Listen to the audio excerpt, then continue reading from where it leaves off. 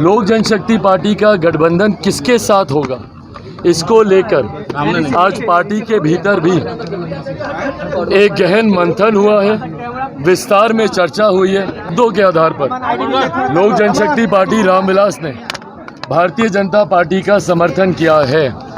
आज सुबह केंद्रीय गृह राज्य मंत्री आदरणीय नित्यानंद राय जी आए थे, उनके साथ भी कई विषयों पर चर्चा हुई है। आज पार्टी की बैठक में पार्टी के तमाम पदाधिकारियों ने सर्वसहमति से गठबंधन को लेकर कोई भी फैसला करने के लिए मुझे अधिकृत किया है। नमस्कार, आप लाइव बिहार देख रहे हैं। मैं हूं राजमोहन तिवारी।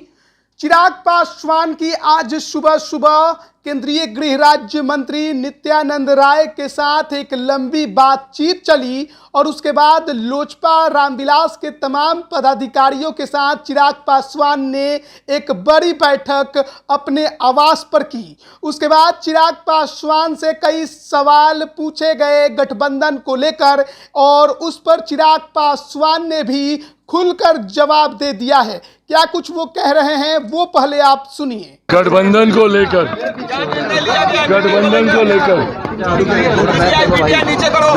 को लेकर लंबे समय से चर्चाएं चल रही थी और आप सब ने भी रह रहकर कई बार ये प्रश्न पूछा कि आप किससे गठबंधन करने जा रहे हैं।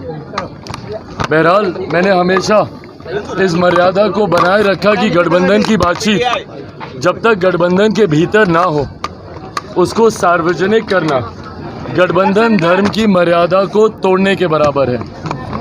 ऐसे में आप सब जानते हैं कि समय समय पर रह रहकर मुद्दों के आधार पर लोक जनशक्ति पार्टी रामविलास ने भारतीय जनता पार्टी का समर्थन किया है। पिछले उपचुनाव में भी आपने देखा हम लोगों ने भारतीय जनता पार्टी का समर्थन हम लोगों ने किया है, पर आगामी 2024 के लोकसभा चुनाव और आगामी 2025 विधानसभा चुनाव में लोक जनशक्ति पार्टी का गठबंधन किसके साथ होगा, इसको लेकर आज पार्टी के भीतर भी एक गहन मंथन हुआ है, विस्तार में चर्चा हुई है। आज सुबह केंद्रीय गृह राज्य मंत्री आदरणीय नित्यानंद राय जी आए थे, उनके साथ भी कई विषयों पर चर्चा हुई है, पर मैं दोहराता हूं, जब तक गठबंधन के भीतर अंतिम मोहर इस पे ना लग जाए तब तक कुछ भी सार्वजनिक करना उचित नहीं होगा। आज पार्टी की बैठक में पार्टी के तमाम पदाधिकारियों ने सर्वसहमति से गठबंधन को लेकर कोई भी फैसला करने के लिए मुझे अधिकृत किया है। संभवतः बहुत जल्द बैठकों का कुछ दौर और चलेगा और उसके बाद जो भी अंतिम फैसला होगा वो सार्वजनिक किया जाएगा।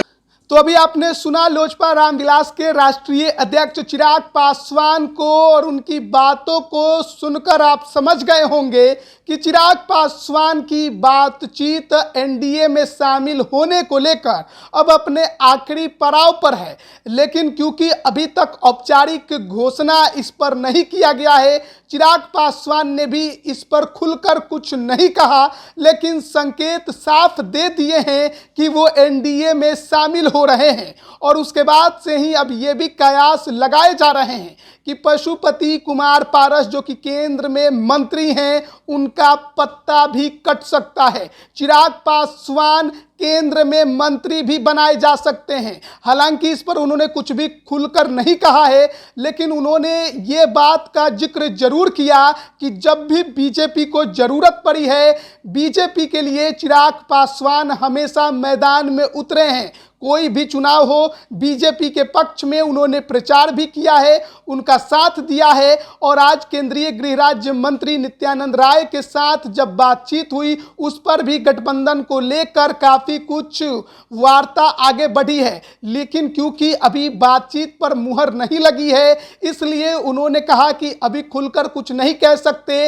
लेकिन कहीं ना कहीं चिराग पासवान अब एनडीए में शामिल होंगे और इसको लेकर संकेत साफ तौर पर उनके तरफ से दे दिया गया है। और पार्टी के तमाम पदाधिकारियों ने भी उन्हें ही गठबंधन को लेकर किसी भी प्रकार का फैसला लेने के लिए अधिकृत कर दिया है। तो ऐसे में चिराग पासवान अब दिल्ली जा रहे हैं, वहां पर बीजेपी के शीर्ष नेताओं के साथ भी उनकी आज मुलाकात होगी। लेकिन जैसा कि खबरें निकलकर सामने आ रही हैं कि चिराग पासवान अगली बार जब शायद पटना लौटे तो वो केंद्रीय मंत्री बनकर भी लौट सकते हैं। तो अब देखना बड़ा दिलचस्प होगा कि बिहार की राजनीति में चाचा भतीजे की लड़ाई में आखिरकार कौन बाजी मारता है। और चिराग अगर एनडीए में शामिल होते हैं, केंद्र में मंत्री बनते हैं, तो फिर पशुपति कुमार पारस का क्या होगा। बने रहिए लाइव बिहार के साथ, तमाम अपडेट हम आप तक पहुंचा रहे हैं। आप सभी का बहुत बहुत धन्यवाद। लाइव बिहार यूट्यूब पर सब्सक्राइब और फेसबुक पर लाइक जरूर करें।